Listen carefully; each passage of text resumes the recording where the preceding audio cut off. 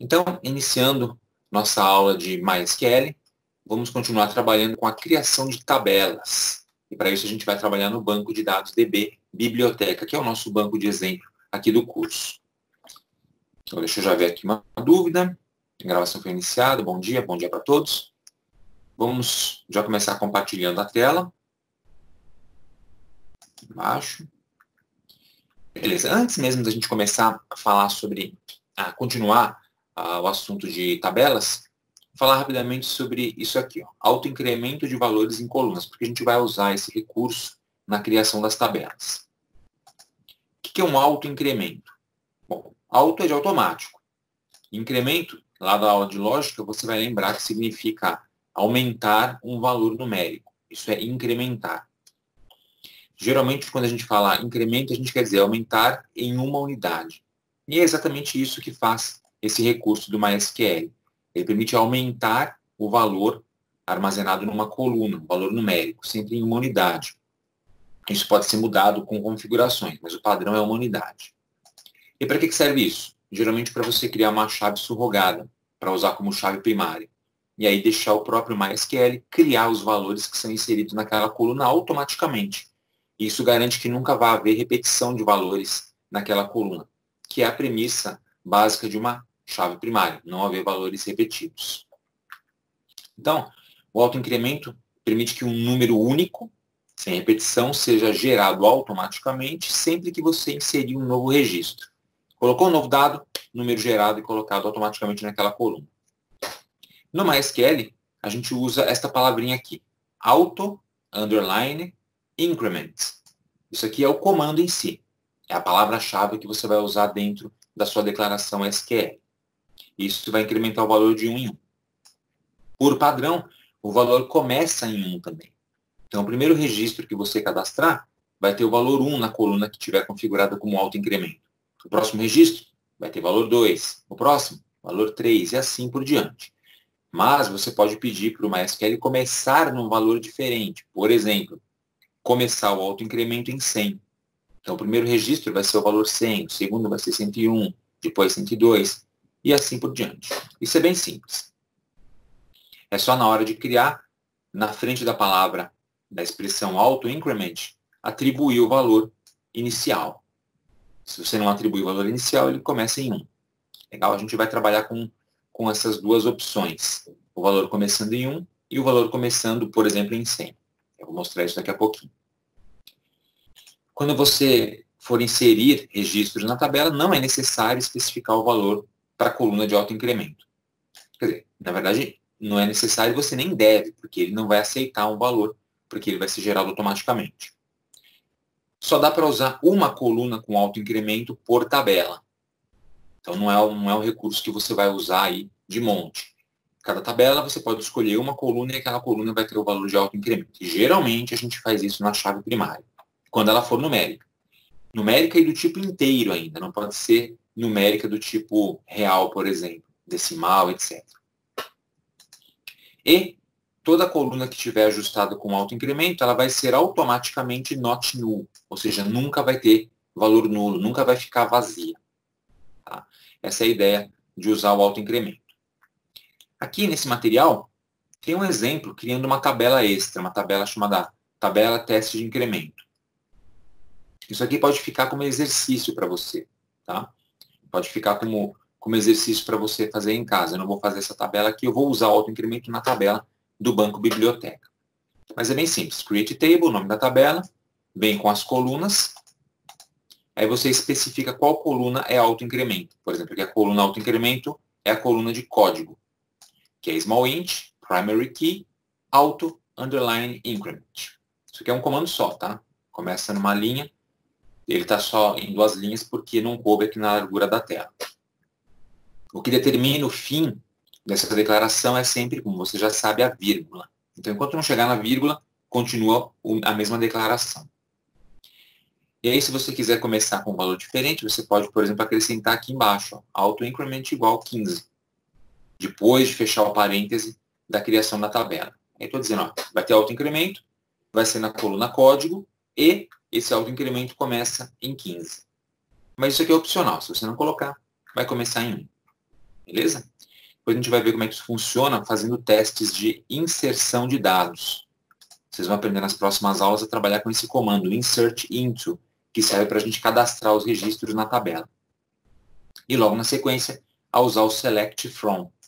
Select, você vai lembrar, eu já citei esse comando, ele é o comando mais usado em SQL para a gente fazer consultas ao banco de dados. E aí vocês vão notar que os códigos virão sequenciais, como nessa figura que mostra o código do primeiro registro 15, depois 16, 17 e 18. É automático, beleza? Então depois vocês dão uma olhadinha nesse material para se aprofundar. Tá? É o item número 8 aqui desse curso de MySQL. E agora a gente vai voltar para a criação de tabelas. Aí você vai lembrar dos comandos de ontem, que olha só, por exemplo, na criação da tabela de livros, eu usei o autoincremento. A ID do livro, ele é small int, autoincremento e a chave primária. Então, simplesmente coloquei a palavra autoincrement aqui. E aí ele vai fazer o incremento automático para a gente. Veja que a ordem aqui não importa. Nesse exemplo, o autoincrement veio antes da palavra-chave primária, primary key. No exemplo anterior, a primary key veio antes do autoincremento. Isso não importa. O que importa é as palavras estarem presentes, tá? E separando cada coluna da outra coluna com uma vírgula. Isso é importante. Se você esquecer essa vírgula, na hora de executar o comando, o gerenciador do MySQL vai entender que o comando começa aqui e termina em algum outro lugar. E aí, claro, vai dar erro. Tá? Então, coluna termina aqui. Beleza? Bom, a gente vai fazer isso para essas três tabelas aqui para a gente começar. Autores, categorias e editoras. Antes disso, vamos lá para o MySQL, nosso editor de código. A gente já tinha executado esses comandos ontem. Tá? A gente tinha criado a tabela de autores, categorias e editoras. Elas já existem aqui. Eu vou recriar essas tabelas. Eu vou fazer de novo, tá? Fazendo alguns ajustes quando necessário. Como que eu vou fazer isso? Olha que legal.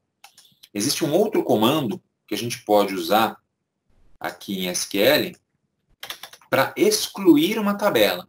Então, você já sabe como criar uma tabela. Create table. E para excluir uma tabela? Não tem segredo. Você vai lembrar também da aula de anteontem, quando a gente criou o primeiro banco de dados. Para criar o banco de dados, a gente usou create com a palavra database. Então, create database. Para criar a tabela, a gente usou create table. Beleza. Você vai lembrar que a gente também excluiu o banco de dados. E para isso a gente usou o drop database. O drop é o comando que exclui algum objeto do sistema. Né? Objetos estruturais do nosso banco. Então, de forma análoga, para a gente apagar uma tabela, drop table. Esse comando permite você apagar uma tabela. Então, fez a tabela errada ou não vai usar a tabela? Drop table. Como é que a gente vai fazer isso? Drop table, e aí você fornece o nome da tabela. Por exemplo, vamos supor que eu queira excluir a tabela de autores. Então, eu venho tbl, autores, ponto e vírgula. E aí é só executar esse comandinho aqui embaixo, que você vai ter a tabela de autores excluída do banco de dados. Tá? Vamos fazer isso então? Vamos executar esse comando? Então, eu seleciono o comando, mando executar. Uma coisa importante, já ia esquecendo, tem que executar esse use db biblioteca antes. Legal, agora eu tornei o banco biblioteca como o esquema padrão. Agora sim, volto aqui em tbl autores e está excluída a minha tabela. Se você olhar aqui ó, na lista de tabelas, tem livro, editor e categoria. De autor sumiu, desapareceu. E aí eu vou fazer a mesma coisa para as outras. Editoras, executa esse comando. Depois, categorias. Opa. Está excluída também. E, por fim, a tabela de livro. tbl livro. tbl livro. Executei, tudo excluído. Nosso banco de dados agora não tem nenhuma tabela, mas o banco continua existindo. Tá? O banco continua existindo e ativo. Agora a gente vai recriar essas tabelas. Só que a gente vai recriar agora as tabelas de forma mais adequada para o banco de dados poder funcionar. Ontem eu só mostrei como é que é a sintaxe do Create Table. Para criar as tabelas do banco de forma correta, a gente vai fazer uma referência, vai recorrer, olha só, ao nosso diagrama entidade e relacionamento, que a gente criou na semana passada. Aqui, nós temos as tabelas, as entidades, no caso, com os seus relacionamentos. E a gente fez uma alteração no final, inclusive, para criar esse relacionamento aqui, uma tabela associativa entre livro e autor. A gente vai ter que fazer isso aqui também lá no MySQL. Então, vamos começar com uma dica que eu dei anteriormente, né? A gente vai começar sempre pelas tabelas que não têm chave estrangeira, porque elas não dependem de nenhuma outra tabela para existir. Não tem dependência de coluna de uma tabela para outra. Então, a gente pode começar criando direto a tabela de editora, de assunto e de autor. Aqui está como assunto. A gente pode manter como assunto ou criar como categoria. Tanto faz. O nome aqui não vai importar muito. O importante é que tem esses dois campos, ID assunto e nome assunto. Bom, aqui está como TBL assunto, ID assunto e nome assunto. Então, a gente vai lá no código SQL alterar esses nomes para ficar igual ao do diagrama aqui, até para vocês não se confundirem depois. Então, vamos lá para o SQL. Vamos começar criando a tabela de autores. A tabela de autores, como a gente vê aqui no diagrama, tem o ID do autor, chave primária do tipo inteiro, o nome do autor e o sobrenome do autor. 3 campos. Então, ID do autor, nome do autor, sobrenome do autor. Parece que está legal. Só que aqui eu vou fazer um acréscimo. Eu vou dizer que esta coluna ID autor é auto increment. Eu acrescentei essa instrução. Para quê? Para eu não precisar me preocupar em ficar criando o código de autor na hora de cadastrar os autores. O próprio sistema vai criar para mim uma numeração aí. E aí, eu só vou ter que cadastrar mesmo o nome e o sobrenome dos autores. Então, eu só acrescentei esse auto increment, mantive a chave primária, seleciono o código, executo, criei a primeira tabela. A gente pode vir aqui no painel do lado esquerdo, atualizar, e a tabelinha de autores voltou. Ótimo. Próxima tabela que eu vou trabalhar é de editoras.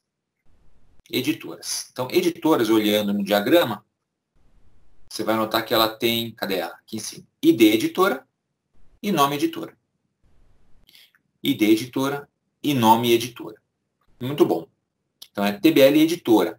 Aliás, eu acho que eu vou refazer isso aqui. Vou dar um drop table, vou fazer de novo. Por quê? Eu quero manter isso aqui bem fiel ao meu diagrama entidade de relacionamento. Então, vocês vão notar que tem uma pequena diferencinha. Deixa eu executar isso aqui. Ó, apaguei de novo a tabela de autores. Posso fazer isso quantas vezes eu quiser. Você só tem que lembrar que se você der um drop table numa tabela que já tem dados inseridos, esses dados serão perdidos para sempre. Não tem como recuperar os dados. Tá? Então, fique esperto caso já tenha informação na tabela.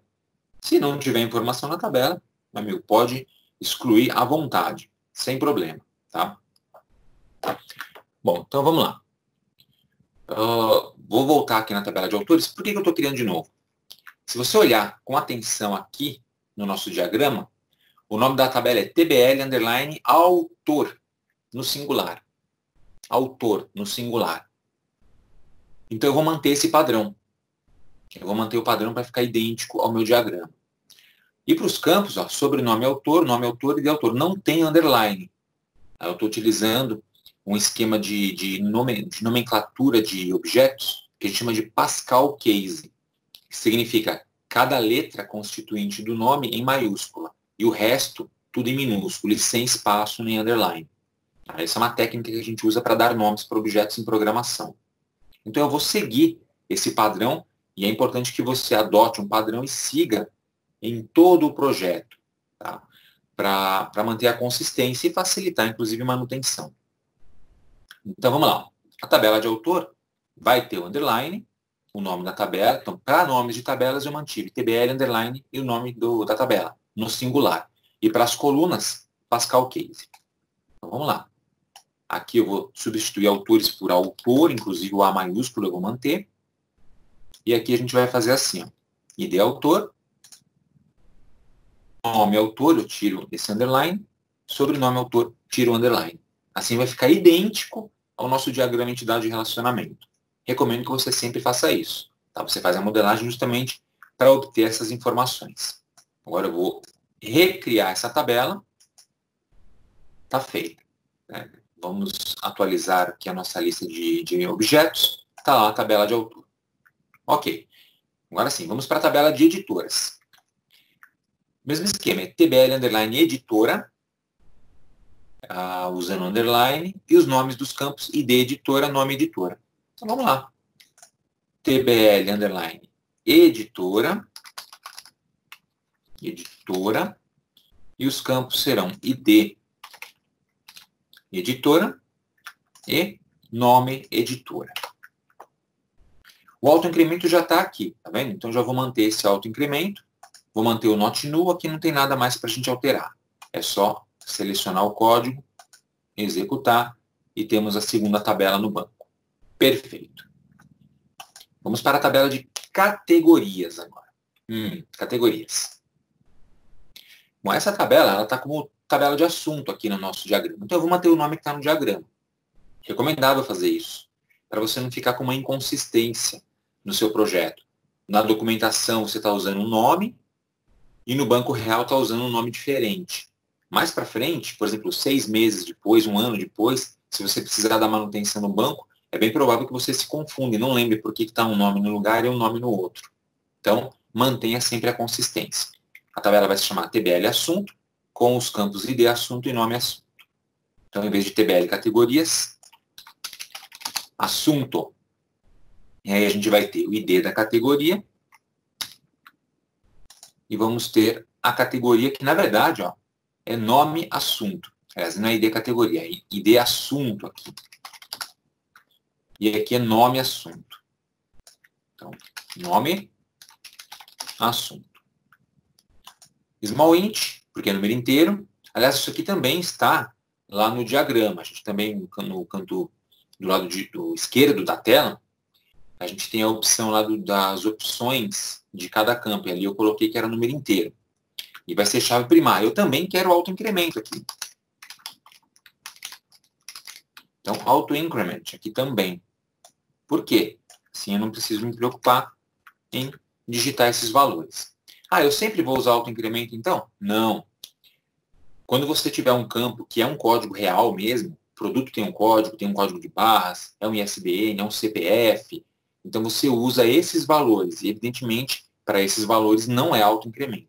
O autoincremento é quando você usa uma chave surrogada, ou seja, uma coluna que você criou para gerar um código ali fictício, tá? Que é o nosso caso aqui. Bom, o nome do assunto, 30, vamos aumentar um pouquinho para 35, vai ter algum assunto com nome um pouquinho maior, not null, primary key, é isso aí. É só a gente selecionar, executar e está feito. Beleza. Então, esses 3 campos nós já temos. Essas 3 entidades transformadas em tabelas. Agora vamos para a tabela de livros. Essa aqui é que vai dar mais trabalho, porque tem vários campos. A primeira coisa que a gente vai fazer é mudar o nome da tabela. Olhando aqui no nosso diagrama, você vai ver que a tabela de livros, na verdade, é TBL underline livro, no singular. Então, eu já vou mudar isso aqui. Ó. Na verdade, já está. Essa aqui estava correta. Eu só vou deixar o L maiúsculo. TBL livro, só para manter também a consistência. Beleza? Agora, os campos. Que campos nós temos aqui? Nós temos o ID livro, que é a chave primária, nome livro e ISBN. Esses 3 campos aqui são os 3 primeiros campos que a gente colocou. Então, aqui a gente vai mudar ID livro, tirando esse underline, vai ficar ID livro. O nome livro, sem esse espaço. E a gente tem um campo ISBN. Aqui eu estou com ISBN 13 e ISBN 10. Para facilitar a nossa vida aqui durante as aulas, para ter menos coisa para digitar, menos campo para preencher, eu vou usar só um deles. Vou usar o 13, que é o mais atual. E eu não preciso nem dizer que é o 13. É só escrever ISBN. Assim eu mantenho o mesmo nome que foi usado no diagrama de entidade de relacionamento. Eu tenho que ficar esperto para manter o tamanho dele, que é 13 caracteres, do tipo caractere. Aqui eu estou usando char, significa que ele sempre vai ter 13 caracteres. E para o nome livro eu usei varchar. Significa que ele pode ter de 0 a 70 caracteres. É variável. Aliás, acho que eu vou aumentar, hein? 70 eu vou colocar 80, porque eu já vi uns nomes de livros por aí que são gigantescos. Às vezes inclui o subtítulo no nome do livro, então ele pode ficar grande. Então deixa aqui 80. Para a chave primária, autoincremento também. Beleza? O que mais? A gente pode agora pensar nesses outros campos que a gente tem aqui. A gente vai ter preço do livro, número de páginas e edição. Preço do livro, número de páginas e edição. Então, eu vou vir aqui. Ó, o preço do livro eu já tinha. Eu vou colocar ele para cima, vou alterar a ordem dele. Ele estava como decimal. Vai continuar como decimal, porque ele é valor monetário, só que eu vou tirar esse underline. E ele é not null, porque é obrigatório ter o preço. Veja que como eu copiei aqui do final para cima, está sem a vírgula aqui. Então, eu coloco essa vírgula e o errinho que estava aparecendo aqui desaparece. Legal. Preço do livro. O que mais que a gente tinha mesmo? Número de páginas e edição. Num páginas e edição. Então, eu vou criar os campos num páginas e edição. Só que eu não vou usar C cedilha, nem o A contínuo. Ficou edicão. Ah, mas o usuário, quando for usar o banco de dados, vai achar estranho isso. Não, ele não vai achar estranho, porque o usuário não vai acessar o MySQL direto. Ele vai acessar uma aplicação, um programa que você vai desenvolver, e esse programa é que vai acessar o banco de dados. E esse programa vai ter um front-end, uma interface, que vai mostrar os termos todos bonitinhos para o usuário, com acentuação, as palavras com espaço, tudo direitinho. Só internamente é que ele vai trabalhar com essa nomenclatura. Então, não se preocupe, o usuário nunca vai ver isso daqui. Bom, vamos colocar os tipos de dados agora. Número de páginas é número inteiro. Você não tem meia página.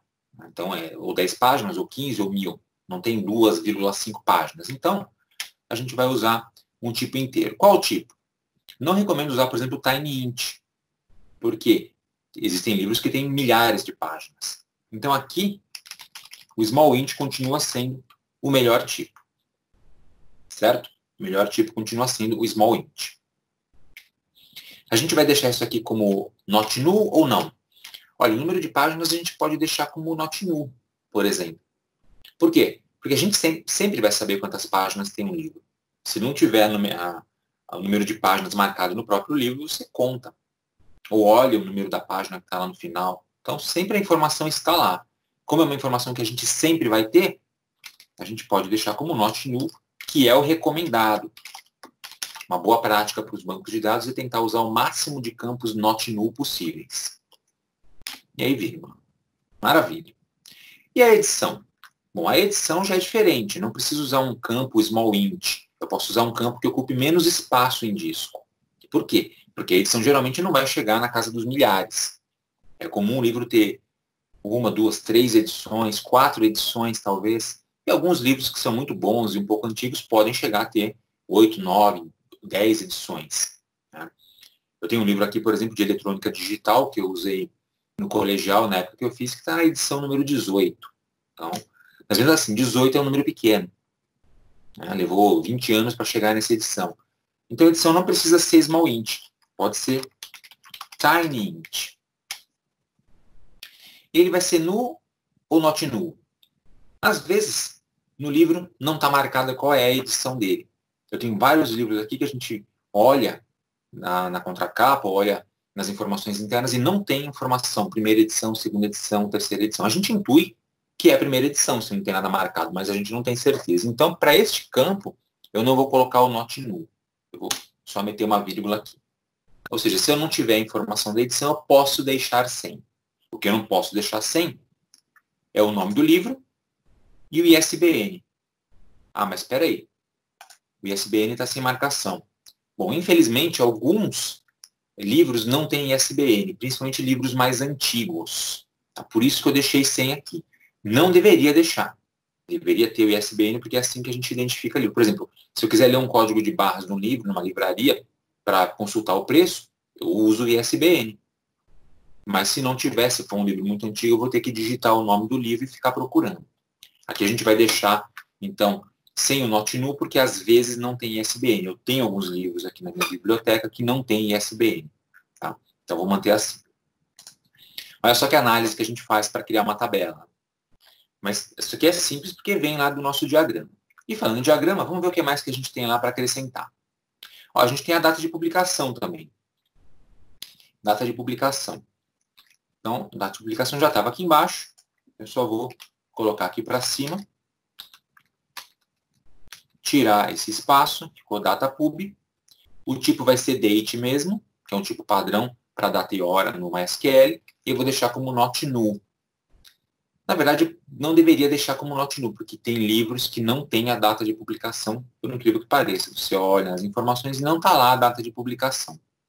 Então, pensando nesse caso, a gente pode tirar o not null daqui, fazendo essa análise individual do campo. Então, se não tiver a data de publicação, você deixa assim. Isso acontece. Não faz nem uma semana, eu postei um artigo num outro blog que eu mantenho, de uma outra área que não tem a ver com TI, e nesse artigo, nas referências do artigo, na bibliografia, eu coloquei um livro que eu consultei. Só que eu não achei a data de publicação desse livro. Folhei o livro todo e não está lá a data. Então, tem livro que não tem essa informação. Tá? Eu sei que ele foi publicado em algum momento nos anos 70, mas não tem a data específica. Então, a gente deixa assim. Ah, mas e se depois eu descobrir que todos os livros que eu tenho têm edição ou tem data? Tem os comandos que permitem alterar a estrutura da tabela, que vocês vão aprender também na próxima aula. Então não se preocupe, dá para alterar isso depois de criar. Tá? Bom, a gente colocou os principais campos de informações sobre os livros. Agora a gente precisa colocar os campos que vão ser usados como chave estrangeira. Os campos de chave estrangeira. Quais são eles? São o ID da editora, que vai ligar a tabela de livros com a tabela de editora. São o ID do assunto, que vai ligar a tabela de livro com a tabela de assuntos. Esses dois campos são as duas chaves estrangeiras que a gente vai ter. Tá? Então, a gente tem que colocar ID editora e ID assunto. Beleza. ID editora, a gente escreve aqui ID editora. Posso usar o nome idêntico da outra tabela de editora, é até recomendável, porque assim você não vai se confundir na funcionalidade desse campo. Por que eu criei esse campo? Só que esse campo tem que ser not null. Esse sim, porque ele é chave estrangeira, ele está vinculado em outra tabela. Então, sempre not null. E o tipo de dado dele tem que ser igual ao campo da chave primária da outra tabela. Então, a gente pode olhar aqui na editora e ver que ID editora é small int. Na verdade, o ID editora não precisaria ser small int, poderia ser tiny int também. Né? Poderia ser tiny int porque não tem milhares de editoras para a gente cadastrar aqui. Mas agora já foi criado, eu não vou excluir mais uma vez. Vou deixar assim.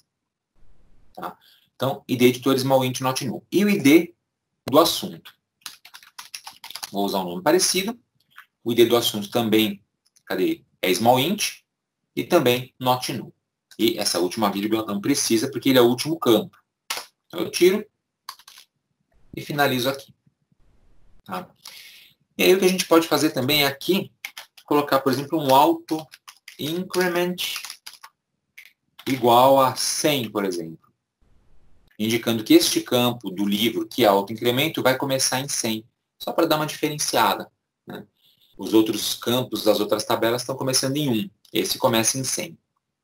Beleza? Legal. Terminei? Não. Ainda falta alguma coisa aqui. O que vocês acham que falta aí, gente? Pensa um pouquinho. O que vocês acham que está faltando aqui? Os campos parece que eu coloquei todos. Vou até conferir. Número de páginas, preço do livro, data de publicação, ID editor, ISBN, nome do livro, ID do assunto, edição. Tabela livro. Legal. Parece que está tudo aí, não tá? Sim, mas falta uma coisa. E esses relacionamentos aqui? Como é que eu conecto essa tabela de livro com a tabela de editora e com a tabela de assuntos? Como é que eu indico aqui no SQL que esses dois campos fazem referência a outras tabelas? Aqui a gente vai ter que utilizar uma constraint de chave estrangeira. Como é que a gente faz isso? Vamos voltar na nossa documentação e relembrar como é que é feito isso. Então a gente volta aqui na aula de constraints. Pode ser até aqui nessa aula de chave estrangeira, também vai ter essa informação. Vou pegar um exemplo aqui embaixo. Olha como é que é feito. A gente faz dessa forma aqui. constraint, dá um nome para a chave estrangeira, vem com a palavra foreign key, especifica quem é a coluna de chave estrangeira, references, especifica qual é a tabela de chave primária, a tabela relacionada, e qual é a coluna lá naquela tabela. E aí a gente pode acrescentar o onDelete cascade e onUpdate cascade. Então a gente pode fazer isso aqui. Então eu vou pegar esse códigozinho aqui e vou jogar aqui na minha tabela de livro. Claro que eu vou mudar os termos, né? Então, constraint, vamos começar com ID editora. Então, a gente tem que dar um nome para essa constraint. Esse nome é um nome interno, é um nome de armazenamento para identificar este relacionamento. É como se fosse o nome que identifica o relacionamento. Então, eu vou chamar de FK ID editora.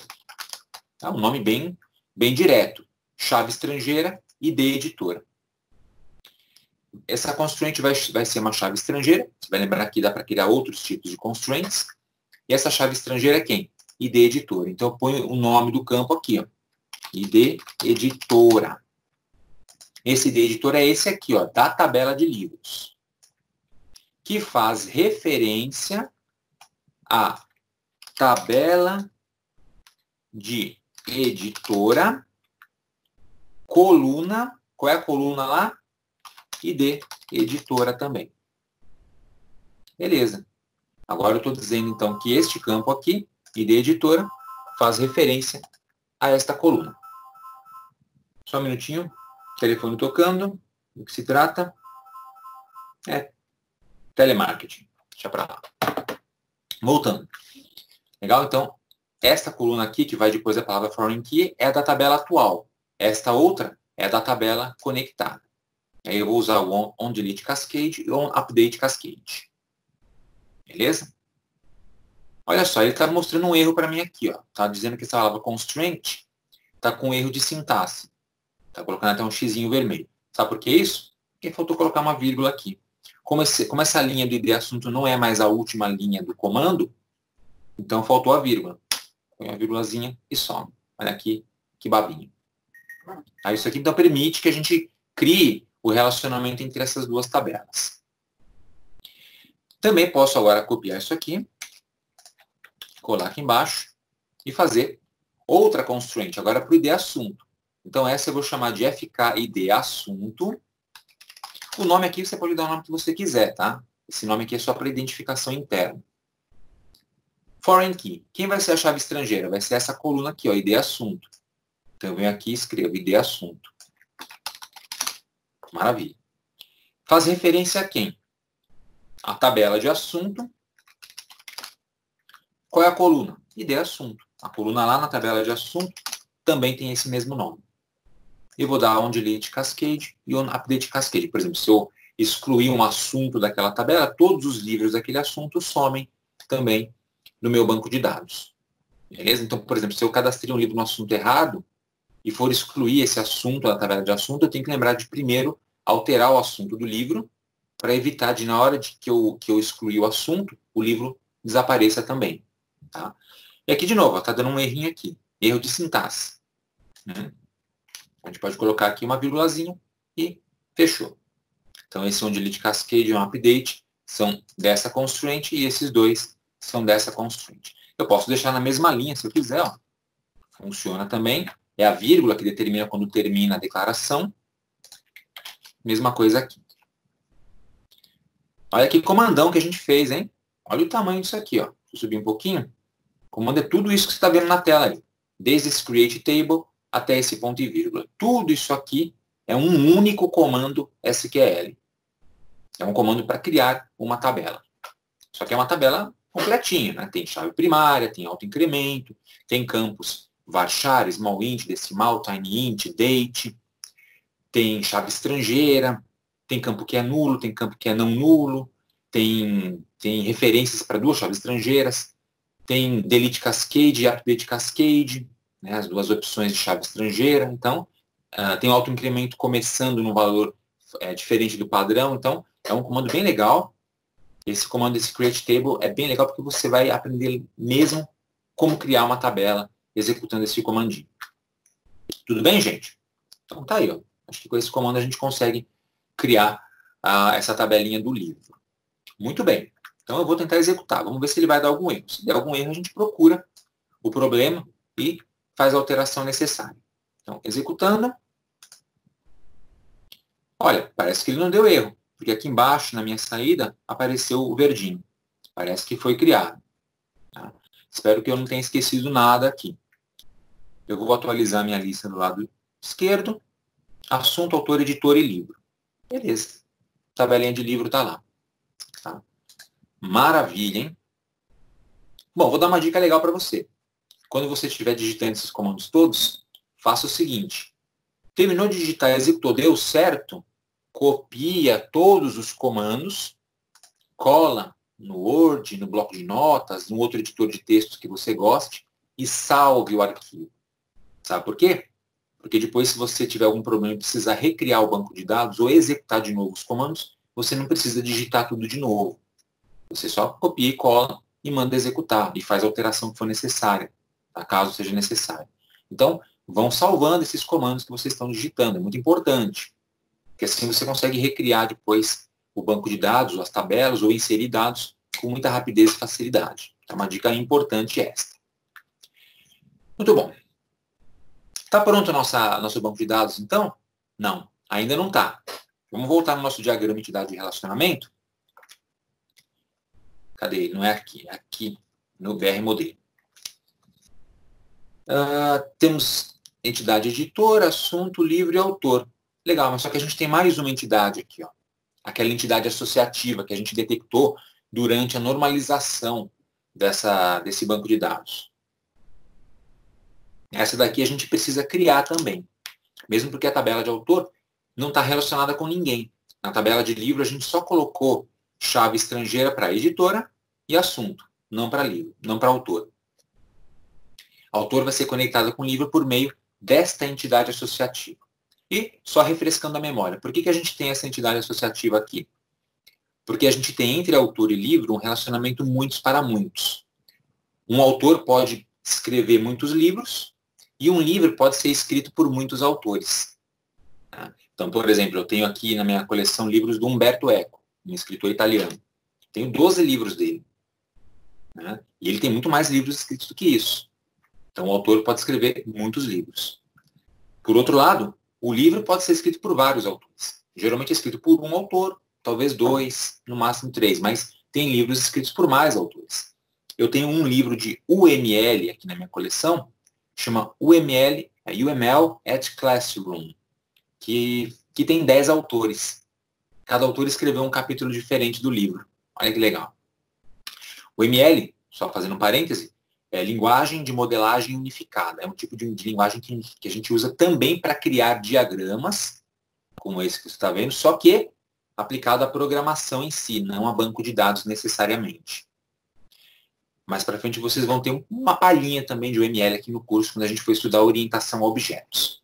Legal? Então já citei o livro, já dei uma palhinha sobre isso. Voltando.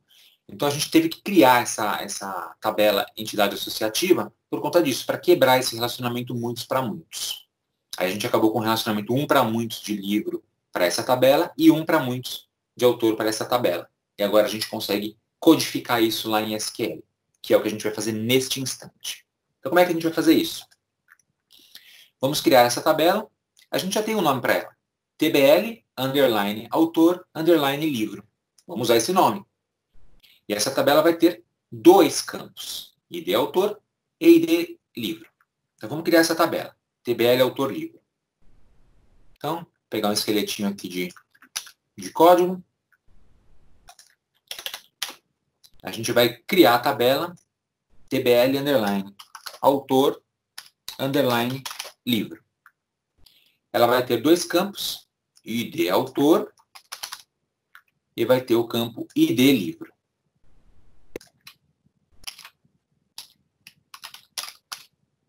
ID autor e ID livro.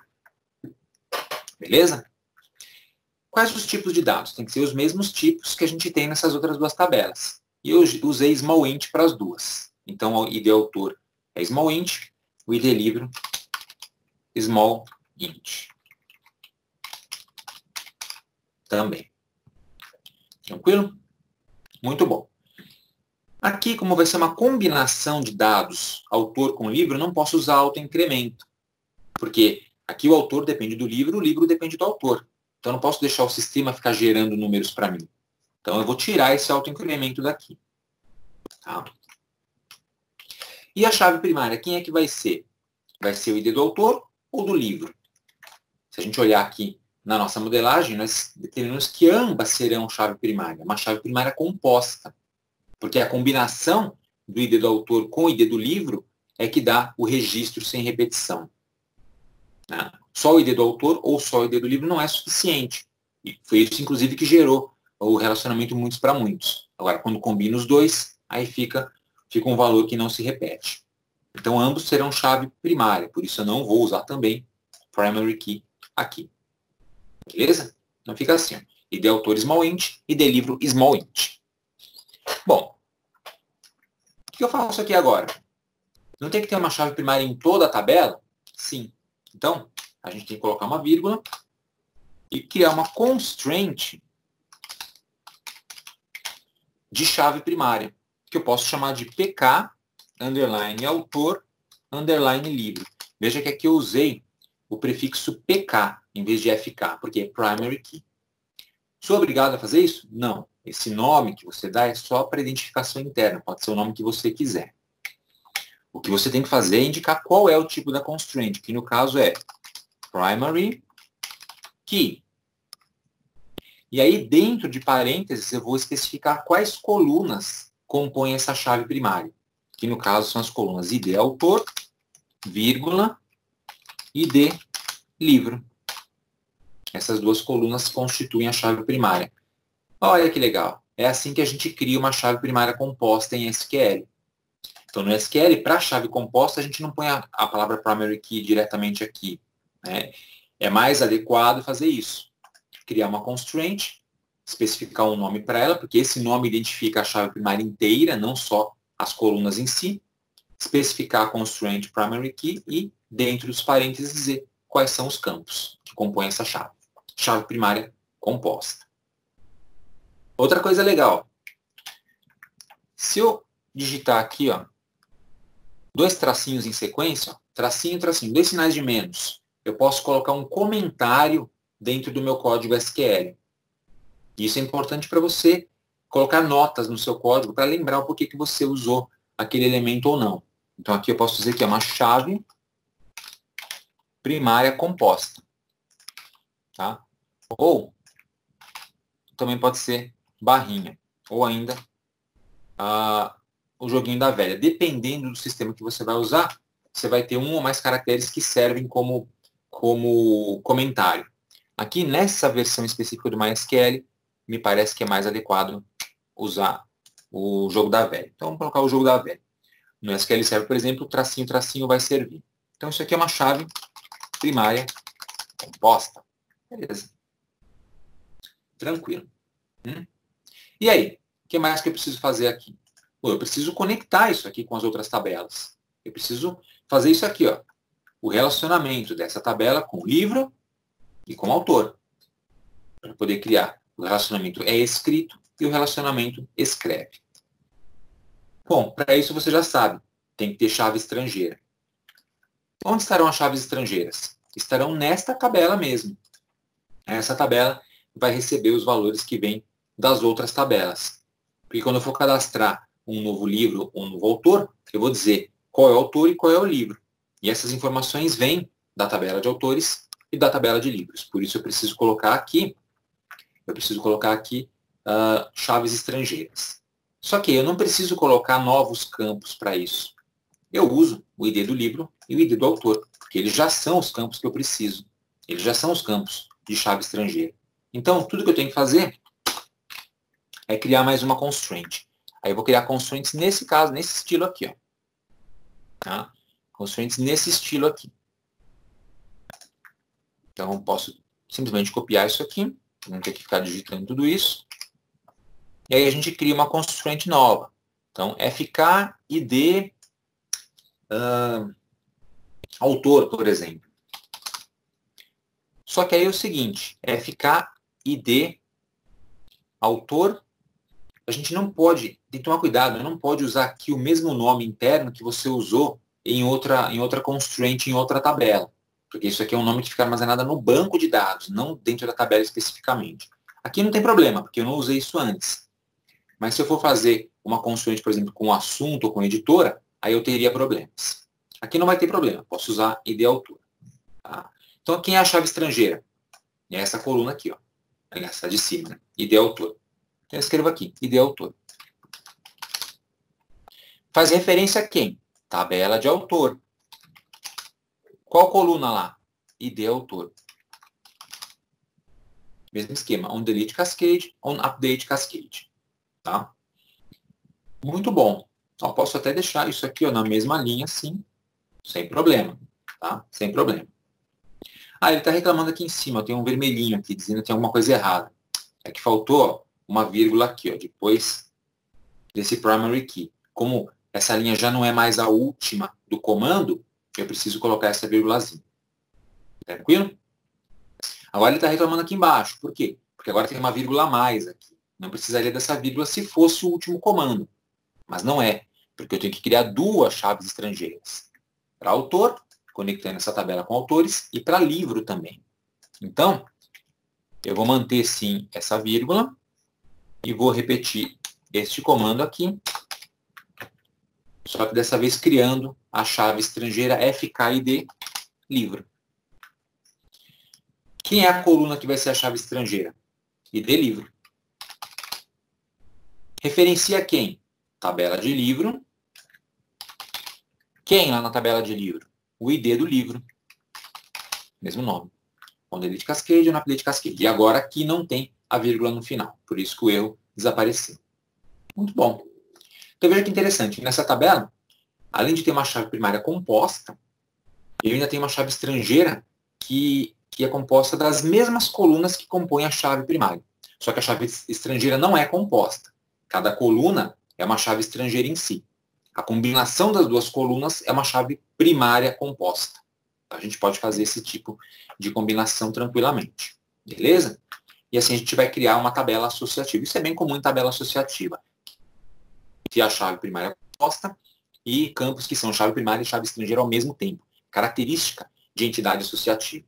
Tá? Bom, feito isso, a gente seleciona o comando, manda executar, foi criado com sucesso, não deu erro, é só a gente atualizar aqui a nossa telinha do navegador. E está lá, TBL autor livro criado. Conseguimos criar todas as tabelas do banco biblioteca e, melhor que isso, conectadas entre si. Todos os campos, todos os tipos de dados, todos os relacionamentos, chaves primárias, chaves estrangeiras, chaves compostas, tudo que tem direito a gente fez aqui nesse exemplo. Tá? Então a gente tem agora todo o código para o DB Biblioteca. E claro, eu vou salvar isso aqui, salvei o script, né? Eu já tinha salvo o arquivo, agora eu salvei a minha alteração, porque se eu tiver um problema com esse banco de dados, com o MySQL, com a instalação do Workbench, com o PHP-MyAdmin, não tem problema. Eu tenho o código salvo no arquivo. Eu reinstalo, abro outro programa, jogo o código lá e reexecuto. Isso é muito importante. Imagina ter que digitar tudo isso de novo, hein? Levou uma hora para a gente fazer isso aqui hoje. E assim, conseguimos finalizar a criação dessa tabela, usando também o autoincremento. A gente está usando em todas as tabelas, exceto na tabela associativa. Outra característica da tabela associativa. Você raramente vai usar autoincremento nessa tabela. Não é adequado. Beleza, gente? Então, é isso aí. O que a gente vai fazer na sequência? Na próxima aula, vamos voltar aqui. Na próxima aula, a gente tem alterar tabelas para ver, renomear colunas. A gente vai ver como alterar a estrutura das tabelas depois de criadas. Então, se eu precisar, por exemplo, acrescentar uma tabela extra, uma coluna extra numa tabela existente, como é que eu faço? Preciso apagar e criar tudo de novo? Não, tem jeito de fazer isso. Se eu precisar alterar um tipo de dado numa tabela, como é que eu faço? Também tem jeito de fazer isso. Se eu precisar renomear uma coluna que eu dei o nome errado, também dá para fazer. Isso é o que a gente vai ver na nossa próxima aula. E logo na sequência, como inserir dados em tabelas, com o comando insert into, que é um comando extremamente importante. Com esse comando a gente vai poder fazer o que a gente chama tecnicamente de popular as tabelas. O que é popular uma tabela? É colocar dados na tabela. É carregar dados na tabela. Assim a gente vai poder depois fazer consultas. Então a gente vai cadastrar os autores, vai cadastrar assuntos, editoras, os livros, vai cadastrar os autor-livro, né, preencher a tabela associativa e assim por diante. Tudo usando SQL. Beleza, gente? Bom, então é isso aí. Deixa eu parar aqui o compartilhamento de tela. Vou clicar aqui em mostrar conversa. E agora eu pergunto para vocês. Ficou alguma dúvida com relação à nossa aula de hoje? Não? Ninguém? Todo mundo conseguiu acompanhar aí de forma tranquila essa aula? Os comandos todos entenderam para que serve cada uma das partes do comando create table? Quando usa o autoincremento, como é que faz uma tabela associativa, como é que cria uma chave primária composta, como é que faz o relacionamento com chave estrangeira, para que serve a constraint, tudo tranquilo para cada um desses elementos aí? Sim? Ah, legal então. Pelo visto, estamos indo bem nesse curso de MySQL. Então, gente, vamos encerrar a nossa aula de hoje. Aí, para casa fica, como lição de casa, você tentar você mesmo criar esses comandos e fazer sozinho. Agora você tem a aula para consultar e copiar os comandos, etc., né, para você acertar o que você tinha feito, mas tente fazer sozinho. Tente fazer sozinho para verificar se você consegue criar essas tabelas aí relacionadas sem erro. Legal? Aí amanhã a gente prossegue, então, estudando o alter table e o comando rename table para a gente poder fazer essas alterações nas estruturas de tabelas. Agradeço a todos que compareceram à aula de hoje. Muito obrigado aí por assistir minha aula de SQL. Espero que tenham gostado e que tenham aproveitado bastante. E a gente se vê na aula de amanhã. Valeu, gente. Até mais.